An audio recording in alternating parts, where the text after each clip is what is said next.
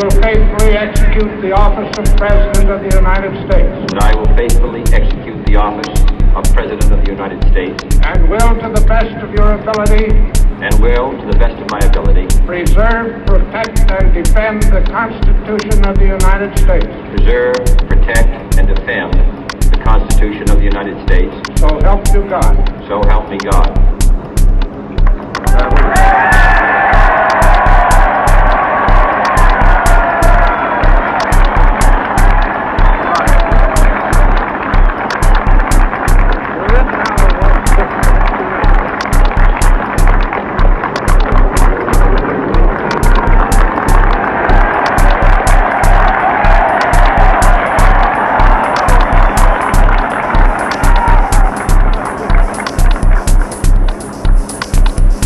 Vice President Johnson, Mr. Speaker, Mr. Chief Justice, President Eisenhower, Vice President Nixon, President Truman, Reverend clergy, fellow citizens. We observe today not a victory of party, but a celebration of freedom, symbolizing an end as well as a beginning, signifying renewal as well as change. For I have sworn before you and Almighty God the same solemn oath our forebears prescribed nearly a century and 3/4 ago. The world is very different now. A man holds in his mortal hand power to abolish all forms of human poverty and all forms of human life. And yet the same revolutionary beliefs for which our forebears fought are still an issue around the globe. The belief that the rights of man come not from the generosity of the state, but from the hand of God. We dare not forget today that we are the heirs of that first revolution.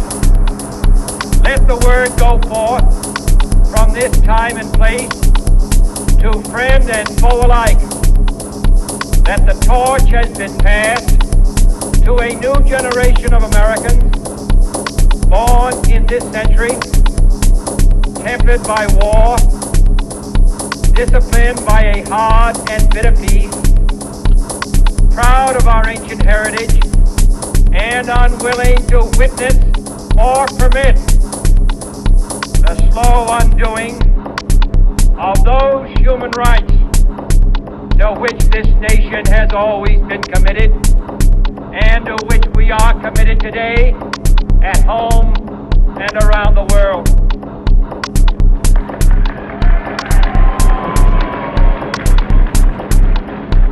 Let every nation know, whether it wishes us well or ill, that we shall pay any price, bear any burden, meet any hardship, support any friend, oppose any foe, to assure the survival and the success of liberty.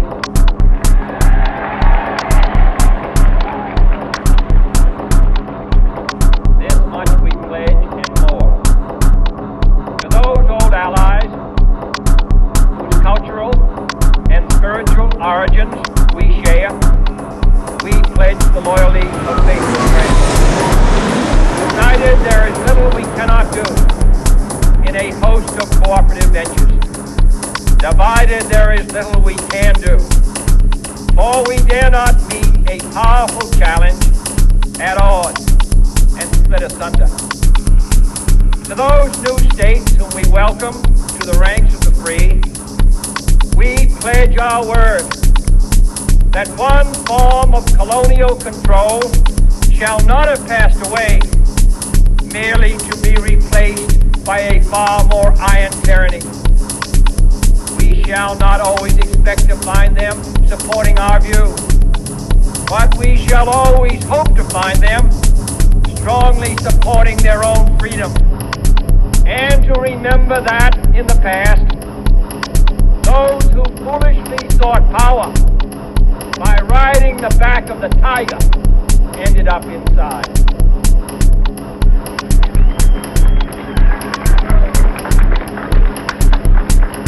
To those people in the huts and villages of half the globe, struggling to break the bonds of mass misery, we pledge our best efforts to help them help themselves.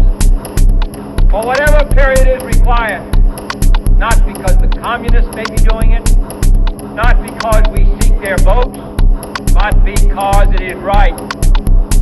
If a free society cannot help the many who are poor, it cannot save the few who are rich.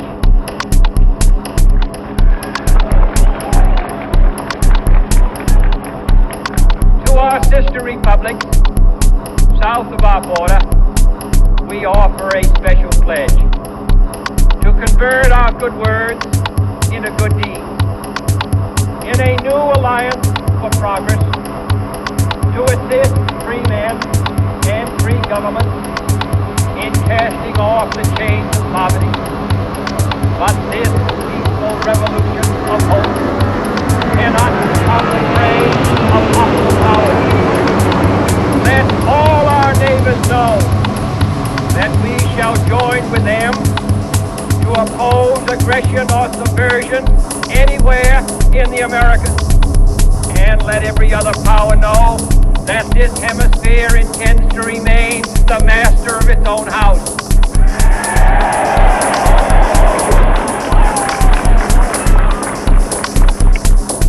To that world assembly of sovereign states, the United Nations, our last best hope, in an age where the instruments of war have far outpaced the instruments of peace, we renew our pledge of support to prevent it from becoming merely a forum for invective, to strengthen its shield of the new and the weak, and to enlarge the area in which its grip may run. Finally, to those nations who would make themselves our adversary, we offer not a pledge, but a request that both sides begin anew the quest for peace. Before the dark powers of destruction, unleashed by science, engulf all humanity in planned or accidental self-destruction. We dare not tempt them with weakness, for only when our arms are sufficient beyond doubt can we be certain beyond doubt that they will never be employed. But neither can two great and powerful groups of nations take comfort from our present course, both sides overburdened by the cost of modern weapons, both rightly alarmed by the steady spread of the deadly atom, yet both racing to alter that uncertain balance of terror that stays the hand of mankind's final war. So let us begin anew, remembering on both sides that civility is not a sign of weakness, and sincerity is always subject to proof.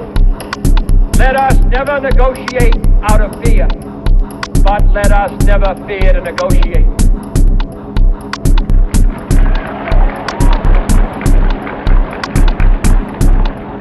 Let both sides explore what problems unite us, instead of belaboring those problems which divide us. Let both sides, for the first time, formulate serious and precise proposals for the inspection and control of arms, and bring the absolute power to destroy other nations under the absolute control of all nations.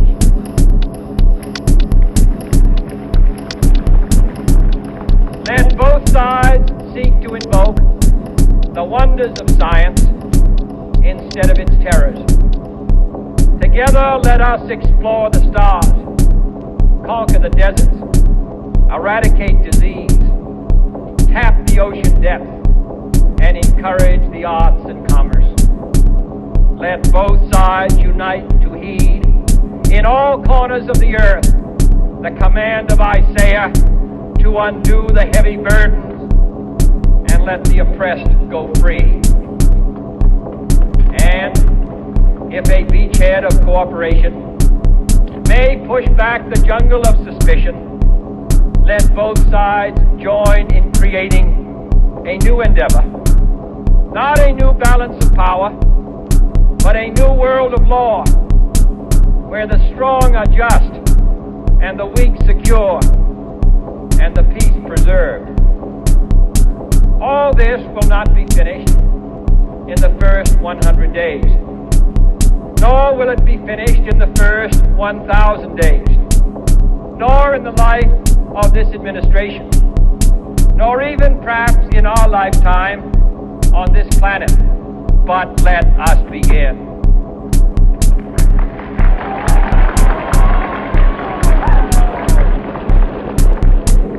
In your hands, my fellow citizens, more than mine, will rest the final success or failure of our course.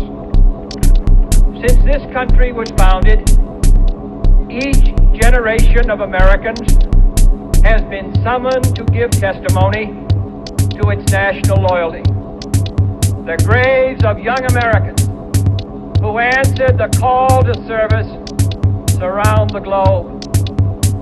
Now the trumpet summons us again, not as a call to bear arms, though arms we need, not as a call to battle, though in battle we are, but a call to bear the burden of a long twilight struggle, year in and year out, rejoicing in hope, patient in tribulation, a struggle against the common enemies of man, tyranny, poverty, disease, and war itself. Can we forge against these enemies a grand and global alliance, north and south, east and west, that can assure a more fruitful life for all mankind? Will you join in that historic effort?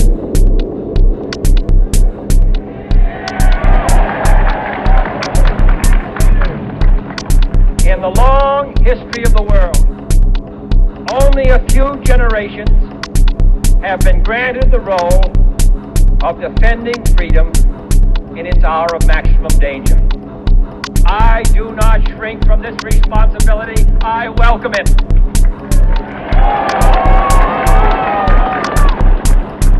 I do not believe that any of us would exchange places with any other people or any other generation. The energy, the faith, the devotion which we bring to this endeavor will light our country and all who serve it. And the glow from that fire can truly light the world. And so, my fellow Americans, ask not what your country can do for you, ask what you can do for your country.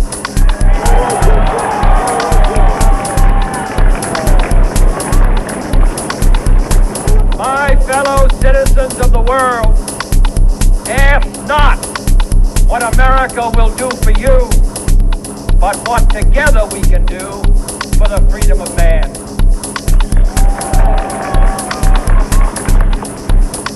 Finally, whether you are citizens of America or citizens of the world, ask of us here the same high standard of strength and sacrifice which we ask of you. With a good conscience, our only sure reward, with history the final judge of our deeds, let us go forth to lead the land we love, asking His blessing and His help, but knowing that here on earth, God's